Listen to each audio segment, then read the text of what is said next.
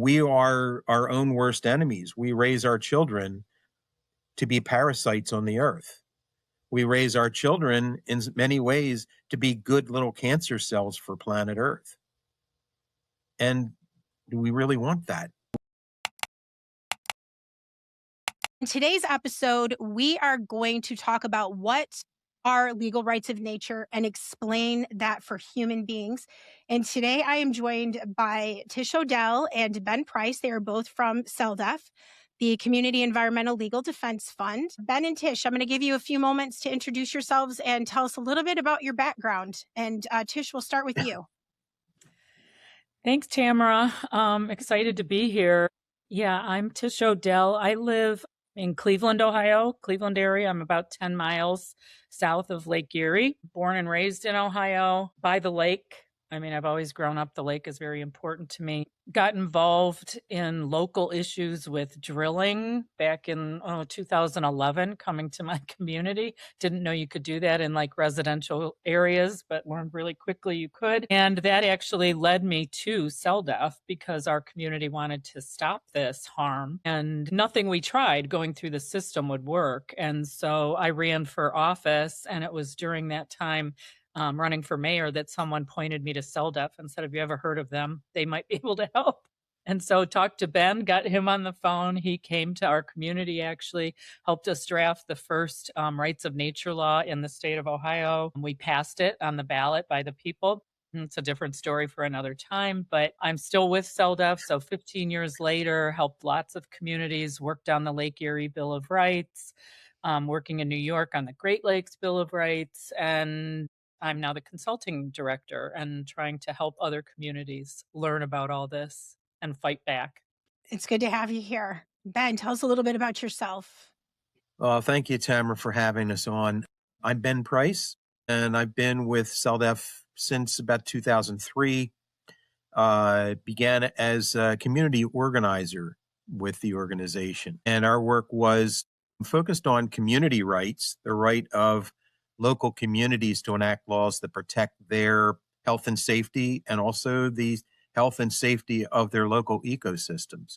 And so it's about not just human communities, but the natural communities that we live in. And so I've been working with CELDF and my colleagues there and with Tish on rights of nature issues.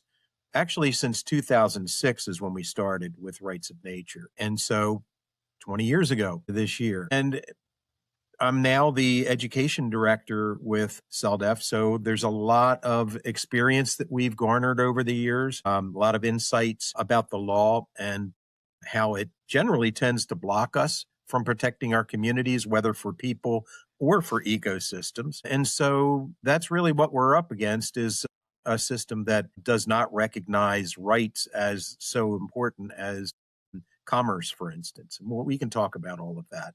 But at any rate, I'm thrilled to be here, and we'll be able to talk throughout the series, and assist you with that as you put it together and share our experience with you. We're happy to be working with you. And so happy to have you as well. So Tish, I'm going to start out with you with, when people hear rights of nature, what do they usually misunderstand right away? Well, and this is right back from the first time I heard about it and started organizing, CELDF in my community and with CELDF and other communities. It's that they think right away people have this idea that it's about giving individual rights to, like, say, a deer or a squirrel or a fish or a single tree or something like that. And that's really not what the rights of nature movement that we're talking about is about, any more than like the Bill of Rights, let's say, which says humans have a right to, let's say, free speech, right? It doesn't designate that right to a particular person by name or race or religion or a gender, right? It's like all humans, right, have this. So we're talking about ecosystems usually, like the rights of nature bill. Let's use, for example, like Lake Erie Bill of Rights or Great Lakes Bill of Rights. It's universal. So it applies to all life within that living community or ecosystem or water body that's being, the law is being initiated for. I mean, of course, we would like it to be universal for all of nature, including humans and all the species, the entire earth. But, we're really far away from that. But our work and the work of others in this movement is about beginning where we can. And that's often in the place-based communities that we call home. And so, people also go immediately, I think, to a place of thinking that it'll take away their individual property rights. And I'm sure we'll talk about this more. Ben's an expert on this topic. You know, and that can be the case. It can interfere with your property rights if you're doing something on or with your property that's going to be poisoning or killing life in that ecosystem or in that human community. And that would be likely most decided in a court, right? Someone's going to decide that. But a rights of nature law would give people in the community the ability to make the case, right? So to have standing, even to get into court to say this proposed project or activity that's going on is harmful to the life in the community or ecosystem. And what people don't think, they think we have that in our current system, but it's a real stark, slam against the wall and I guess slap in the face of reality when you realize we really don't have that. Yeah, So I was going to bring that up. Yeah, I was going to bring that up, like how we feel like we have that. We feel like we have the recourse and the standing to go against someone who is poisoning our environment. But as we're learning rapidly, especially with AI data centers, which is another conversation also, we're finding that that is not true. And it's such an important part of this. Ben, in simple terms, what does it actually mean to have nature, or for nature to actually have legal rights? What does that mean in layman's terms for people to understand? Well, I think it makes sense to consider the word rights. What does that mean? And not to get into it in any deep depth, philosophically, but I like to think of the rights that we put, for instance, in the Bill of Rights as values that we share as a community of people that we hold really high, that are more important than so many other things, that without them, our lives would not be what they should be. They wouldn't be free. They wouldn't be enriching. And that's the case with rights of nature as well. I mean, why would we want to extend human legal rights to ecosystems? And I would say that it's for the same reason we elevate the right to free speech and the right to associate with who you want to, and the right to believe the religion or not believe the religion that you want to. For ecosystems to continue to exist and to continue to contribute to the lives of other species and particularly to human lives. They sustain us. We should hold the environment high in our esteem, in our value system. And, if you destroy the air that we breathe, you also destroy us. If you destroy the water that we breathe or the soil that grows our food, you destroy us. So protecting those things means actually recognizing in and of themselves the air, the water, the soil, the species, the whole matrix of life in an ecosystem should be recognized as protectable with human law. And the best way to do it is with rights. And why so important? Why should it be elevated so high? Because without those rights, nature and ecosystems can be treated in a way that extinguishes them, and in the end diminishes all life on the planet, including ours. Which is rapidly happening. It seems to me an indispensable evolution in the legal systems on Earth, human legal systems. Plants and animals and microbes don't have legal systems. They follow the law of nature. Human beings have departed from that kind of given law of nature because we think we're smarter and we're better and we're superior and different from. And that causes us to treat the rest of creation like it is lesser, subordinate. And we can, for instance, we can buy and sell it. We can turn it into property. Property doesn't have rights, as we know from the American experience with enslavement of Africans, that African enslaved people had no legal rights, and no owner of a slave had any duty to show respect for those persons that they enslaved. That's the status of nature and ecosystems under current law in this country. So, but it's fair to say then that rights of nature is deeply ingrained in our individual rights in this country, and it's something that we overlook greatly. Yeah, to your point, what we're forgetting is that we are actually nature itself. Our bodies are part of that ecosystem that we live in. That leads me into us. that leads me into the next question, which is very important, which is something I think a lot of people are starting to become more aware of. And Tish, I'm going to throw this one at you. Since we already, and I personally think erroneously, accept corporate personhood in this country, why does giving rights to rivers and ecosystems feel so radical to people when corporate personhood has basically usurped individual personhood? Yeah, I mean, it's really interesting. And I know, and to be fair, most people I speak with about rights of nature and describe it like how we're describing it here for you and your audience, they don't find it radical, and they'll often say that, like that'll come up, right? Like, well, corporations have rights, and then they'll go, well, yeah, why wouldn't we give nature rights, right? So I think a lot of people don't find it radical when you first have, like in the public, have that conversation. Most people believe it makes perfect sense when I have conversations. It's when you start talking with the lawyers, the elected officials, even big environmental groups, things like that. And of course, industry people, right? They're the ones, and the lobbyists, they're going to attack you, and they call it being radical. They even call it illegal, right? Which under our current system of law, it actually is illegal. But, like what Ben was alluding to, with slavery, we've had lots of movements like this. And whenever, the rightless, which nature is currently, Lake Erie, the Great Lakes, all of it, but in the past, when the rightless push for rights, and in this case, it's humans pushing for nature to have rights, there's always pushback from those that are benefiting the most from keeping the status quo and keeping the rightless invisible. That's not new to this movement. So people who are interested in rights of nature and working on this, I don't think they should be surprised. I guess that's what I want to get across. You're going to hit, and that's not new. That's happened throughout history. So yeah, everything that we've ever achieved with rights has been fought for. This isn't any different. I think it's important. We are facing an existential crisis with the Great Lakes when it comes to this, with things such as the algae blooms that are blooming up in every Great Lake, including Lake Superior now. Over the past 5 years, they've detected that. The bottling of our water for pennies on a dollar, and to for-profit companies that are making billions of dollars off of it, the poisoning of our lands through AI systems and runoff for agriculture. And Ben, it goes back to what you said earlier also, which is a next question I have for you too, where we are made up of the ecosystem with where we live, that we are part of that nature. So it's not a radical idea when you think of it as it's also nature also includes us. And so Ben, I'd like you to talk a little bit more about that and explain a little bit more about what that means for people to grasp.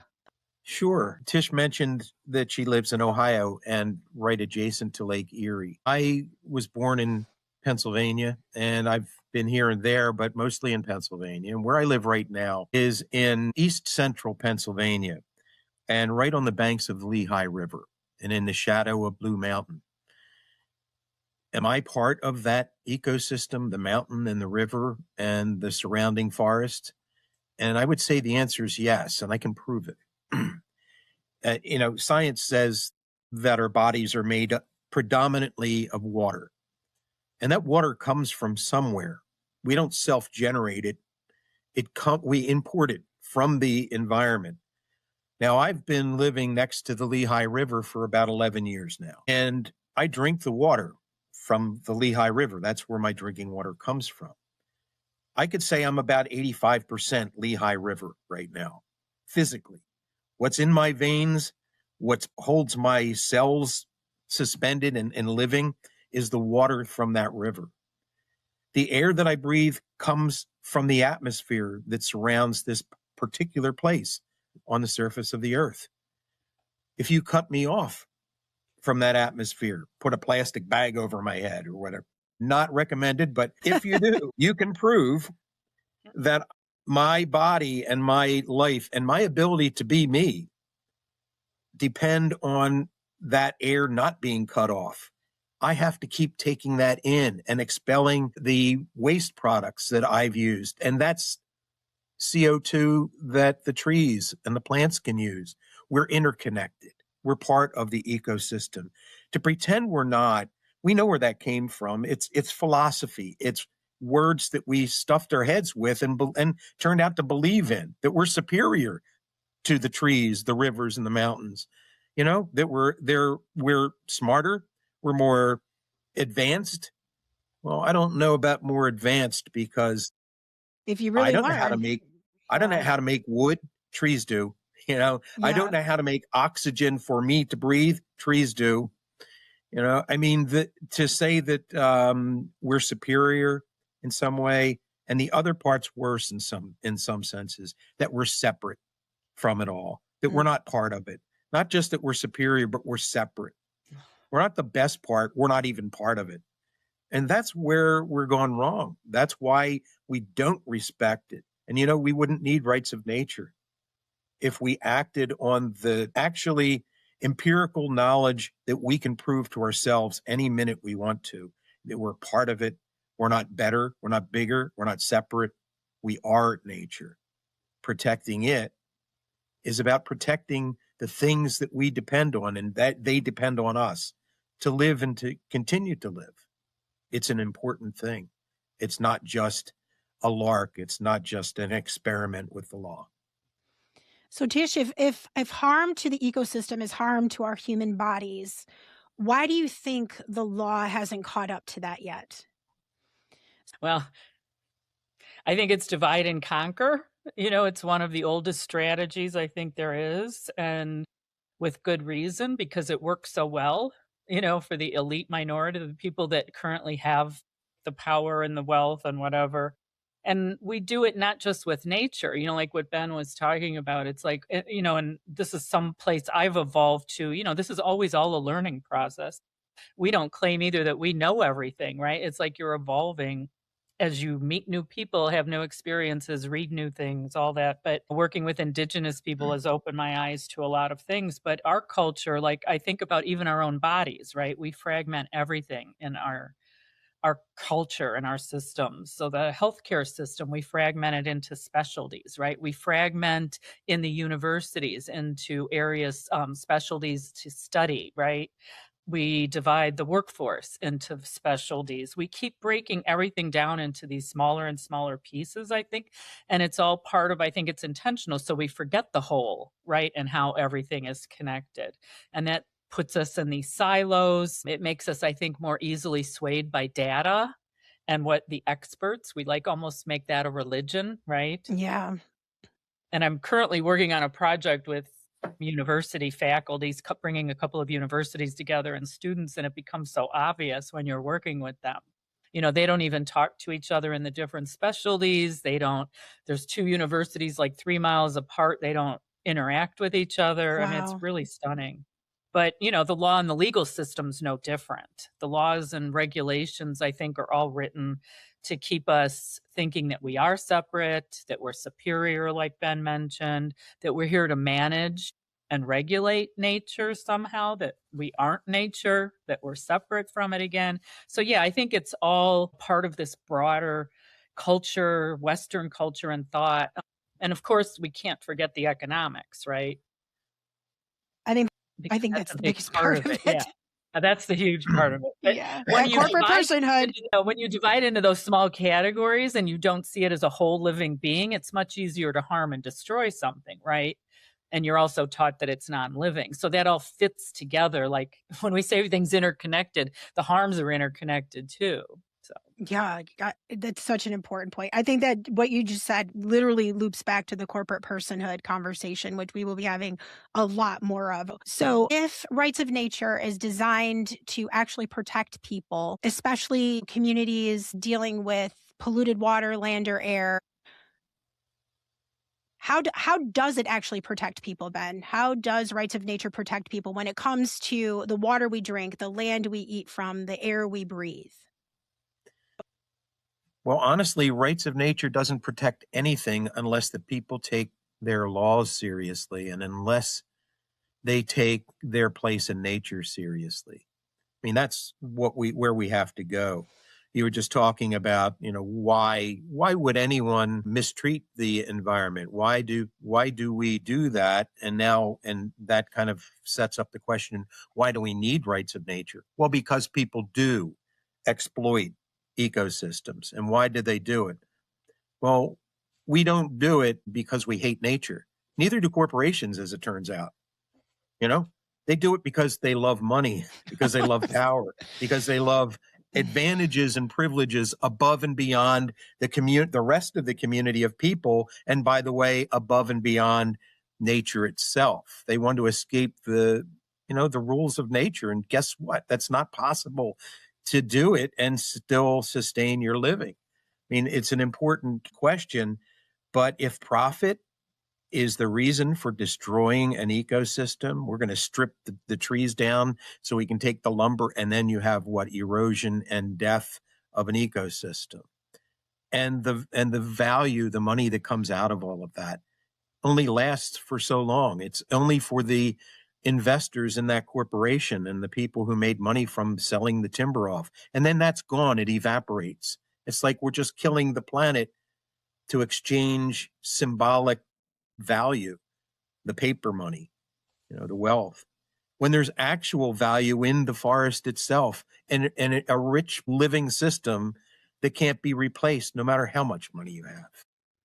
I think you answered the next question that I want to go into, which I had for Tish, is if we are not focusing on profit, the powers that be say that it is anti-human, anti-progress. And without progress, we die as human beings, is the argument. So what do they get wrong there? Tish, he kind of answered it, but expand upon that a little. No, I didn't answer that one. Well, it's a little bit. My first, like when you said, in that question, it's like my first thing I would say back to is like, well, how do you define progress? What's your definition of progress? I mean, if progress is, increasing childhood cancers and illnesses, high rates of depression and suicide, poisoning and destroying forests, the atmosphere, merging humans with machines, well, I guess you'd say we've made tremendous progress. Yeah. So I guess this definition, and Ben's real big into like words and language. Yeah. And so, I've kind of started to, I've learned a lot from him. And so I like pull on that, and I ask even the word like sustainability, like I'll put like, what's your definition of sustainability? But we get that back all the time. And then they'll say things like, well, what do you want us to go back to living in caves? Right. Oh, I can't tell you how many times I've heard that one, and it's a ridiculous, stance that people take to argue, going to another extreme. Right. We're not saying that. What we're saying is that everything humans do has an impact on nature. And again, like Ben said, and I've said, we are nature, right? Everything we do. And it's like, we like to not think that way, though. We think, that somehow, we don't take those impacts into account in the decisions we make because, again, we've talked about they're all like focused on financial and economic gains. It seems like that's the only deciding factor taken into account. And I feel like all these new inventions and technological advancements, I talk about them like they're the new shiny toy, right, being dangled in front of us. And we like just grab it and they tell us we need it, right? It's like, it'll make our lives better. And so we just grab for it. And it's like, I feel like there's no adults in the room so many times to like say, no, wait, stop. Like, we need to like think about this more. We need to follow this through, like what it's going to look like till the end. What are the long-term consequences? What about for the future generations? But it never gets that far, the conversation. Right. And for me, with rights of nature, working on it, that's one of my hopes, like if we could get to that place that those would become part of the conversation. I can't tell you how many times I've heard from people when they go, like, say, fracking, for instance, well, what about all the polluted water it produces? Oh, don't worry. We'll figure that out later on. The scientists are working on that. And I'm like, well, shouldn't you kind of figure that out before you start doing it? Yeah. Same thing with nuclear. How many years, decades have we heard that, right? They still don't know what to do with the waste. And we keep doing this over and over and over again. And now's the AI data centers. Exactly. We can make them say it's progress. It's progress, Tamara. We have to do it. Yeah. We're civilized. I'm like, how civilized is it to poison, the air and the water that you need to live? I don't know. That doesn't seem like progress or civilized to me. Absolutely. I want to go back to the indigenous communities. Tish, you mentioned them a little bit earlier. They have an understanding and a relationship with nature for generations. It's the core of their culture. They are completely tied to it. What happens when modern law starts catching up? Ben, I'm going to give you that question. I love that you said when modern law catches up. That implies that it will. I'm not positive that it will. We have to be hopeful. But look, and this is sincerely, rights of nature is an important step for Western cultures. That's cultures that are built on the Enlightenment era premises that actually include things like human superiority and human separateness from nature. Well, that, I think, it's a philosophy that's widely ingrained in our culture, and it justifies our capitalist system that says that we can own ecosystems, we can own ore deposits, or we can own aquifers and bottle them in plastic bottles that we made from petroleum products that we also mined from somewhere else that was somebody's property. The idea of ecosystems being property is the subordination of nature to humans. And that's a hard thing for us to escape. So when I'm a little bit, well, I hope we do eventually make rights of nature the law of the land. It's in knowing that we are very attached, in fact, addicted to materialism and to our system of accumulation of surpluses, not just what we need, but surpluses. But indigenous knowledge doesn't need a law to tell them that they're part of the ecosystem, and they don't call it an ecosystem. And even the word nature, others, the things that aren't human, says they're out there, they're separate, they're inferior. It's nature, it's something we're separate from. It's a very schizophrenic point of view because nature is actually everything that exists. The whole universe is nature. And then we say, no, nature is everything except for human beings. The whole darn universe, as big as it is, and we're the big exception? Really? I mean, I'm not thinking that that's superiority. I'm thinking that's really puny thinking. That's really, really small-minded thinking. Ignorance. And so it's not like it's a miracle that indigenous people believe that they're part of nature and that respect for it. It's a two-way street. It isn't, well, it has rights. It's also, and we have obligations towards it to protect those rights. But that's part of what makes them up as people. They've interiorized that culturally, and they raise their children to believe those things, and we don't. That's the difference. We don't. And so, we are our own worst enemies. We raise our children to be parasites on the earth. We raise our children in many ways to be good little cancer cells for planet Earth. And do we really want that? Is that what we really want? Good little cancer cells. Good little cancer cells. That's a powerful statement right there. It's also a pretty accurate description. I don't mean it as an accusation, like, blame or anything like that. It's really just a description of how we as a species and Western culture-based species are treating the world around us.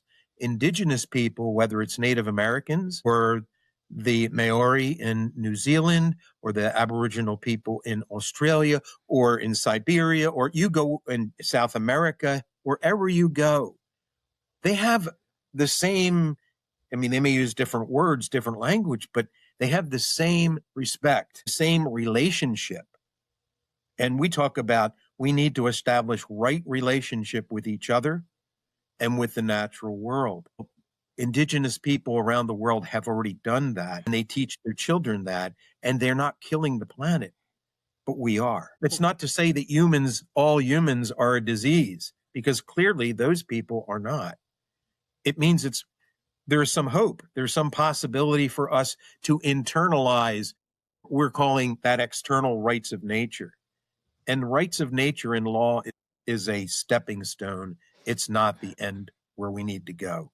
We need to internalize those values so that we don't have to have a coercive legal system forcing us to treat nature and each other better.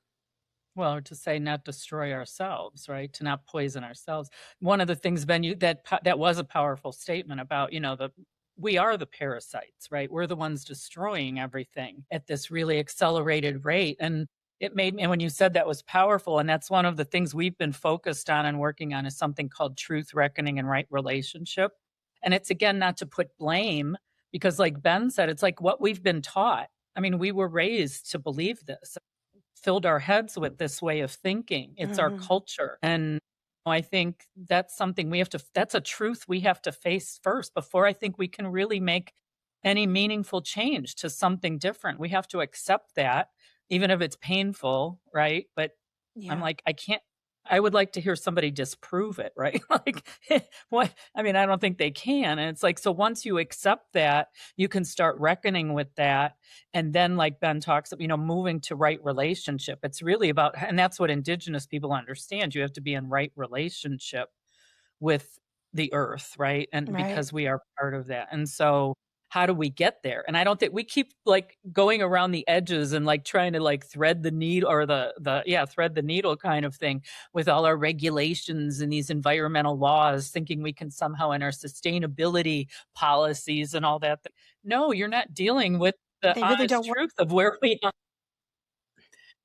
Yeah, language can get really weird when we say things like sustainable development. When I hear that anymore, and it has been an evolution, but when I hear it now, I think that's like saying sustainable murder. It's a thing that's going to kill the planet, and you say, but we can do it sustainably. It's a thing that's going to kill, but we can do it sustainably. No. Oh gosh, that just reminds me, that brings up the data centers, because I am like, that is in the forefront of my mind right now, and it's not for this conversation, but that's almost exactly what I think of when I hear we can make these things safe. Like, there are all these things to make data centers safe. I'm like, there's literally nothing to make them safe. And to say that we can make them sustainable is asinine to me. So I am 100% in agreement with you on that. Sustainable murder. Gosh, another one. You have all these powerful little statements, Ben. Seriously, that should be on a t-shirt. Sustainable murder. Gosh. Honestly. Well, because it makes us feel better, right? Yeah, like it's so true. It makes us feel like we're doing something, like recycling. It makes us feel like we're doing something, but we've learned. Well, I always laugh at that. That doesn't work, right? Yeah, I laugh at that, but people hear the word it's recycled. Like all the products I pick up now, and it'll be made from recycled plastic or and I'm thinking like, well, what the hell is in this? I don't even know. Like, so this is somehow better? Like, I don't know if it is. Maybe it's way worse. Gosh, there's Maybe just so combined much. all the toxins from all this other stuff and put them in this recycled product. There's so much propaganda built into literally everything, and including just the spin of the language to make us feel good about what we're doing. So this leads me into the last question I have. And Tish, I'm going to have you do this one. If listeners take one thing away from this conversation today, I think we just talked a little bit about that. What would that be? What should they take away from this to move into the next phase? Well, I think a really good thing and we've like hit on it several times is that we're not separate from nature or our ecosystems that we live in. Wherever you are, wherever the place-based community you call home, that you're a part of that, you're not separate from it. And nature isn't separate from you, right? That, we're just one species within that ecosystem, along with the birds, the fish, the trees, whatever, and that we all need each other in order to live in a thriving, healthy community and ecosystem. To me, biodiversity equates to health, and so much of our current system is all about monoculture, mono-agriculture. We all have to be look at what they do to our communities, even gentrifying, and we all have to look the same, we have to act the same, which again is going to lead to your thing with data centers, right? That we all have to become machines, right? I would just say, what we actually need to, another thing is that we need a cultural shift. Even though I know people working on rights of nature, they talk about rights of nature laws, but we really need a cultural shift in our mindset. So it's not, and hopefully that will lead to change in laws. So I think that's something people need to take out of this. And, the idea too, Ben brought it up a lot, that we need nature to live, right? I mean, we can't live without we can fool ourselves into thinking we can, but we need to stop, and that nature is going to have the last word, I think, in the end, whether we believe that or not. Oh, Doesn't it matter. will. It will. And it will. Anyone who thinks otherwise is just like, I don't know what plane they're living on, but it's not reality. That's for sure. Right. I think that we need each other. That's what I get that out of what you said. And that is a huge cultural shift for us, right? Because we have been led to a point where in society, we don't even know our neighbors. And that's what corporate personhood really wants. They want that separation, because with that separation, it's easier to spin this language. It's easier to keep us divided. It's easier to poison where we are and tell us we have to accept it because it's progress. I think that is the powerful statement out of that, is that we need each other. Well, yeah, and that goes back to the divide and conquer and the whole, the mindset. I mean, there's so many things, and that's the end. We've been talking about that a lot lately, and it's like that individual versus the collective, right? Yes. And so, like what you said in the community, your neighbors, well, some of the neighbors might be profiting from a certain harmful activity in your community, but it's impacting and harming the whole community as a whole. So it's that individual versus collective again. Absolutely. Absolutely. Anything else to add to this conversation that you think we haven't covered on this topic? Frankly, there's an awful lot to cover. And in an hour's time, it's pretty tough. But I would just say that it is something for people to not just take on as a casual interest. This isn't reading about the latest video game. This isn't about anything that we can contextualize within our human experience. This is about something that we are contextualized in. We are part of nature. Our rules should not be made to try to put nature, contain it within human law. Humans have to be recognized and be humble enough to be contained within nature and to be subject to its laws, because frankly, I don't know of any way to violate them and get away with it. Gravity will teach you that when you fall and you get hurt. Tried to violate the rule of gravity. Nope, doesn't work. There are a lot of other subtle laws, and they're actually friendly once you get to know them and you can work with them. That's the other trick. It's about living cooperatively with nature, not as adversaries. And that's what's got to change. Go outside, be out in nature, be out in the environment. And you don't have to go anywhere this idea you have to go to the park to be in nature. No, just walk out your front backyard. door. Yeah, exactly. It changes your whole mood. Get out there and breathe some fresh air. Well, because you'll only protect what you love, and I'm surprised a lot of people don't, even the young people, because we're so much now to be inside in our homes in front of computers like we are now, right? And so people don't really get out. And I'm surprised how many young people don't even know where their water comes from. Yeah. Yeah. There are a lot of adults that don't know where their water comes from. Mm-hmm. For young people, they have to be taught. Yep. Excellent. Well, thank you both. We're going to end here for this episode, and we will see you both next time. Thanks so much, Tamara. Yeah, looking forward.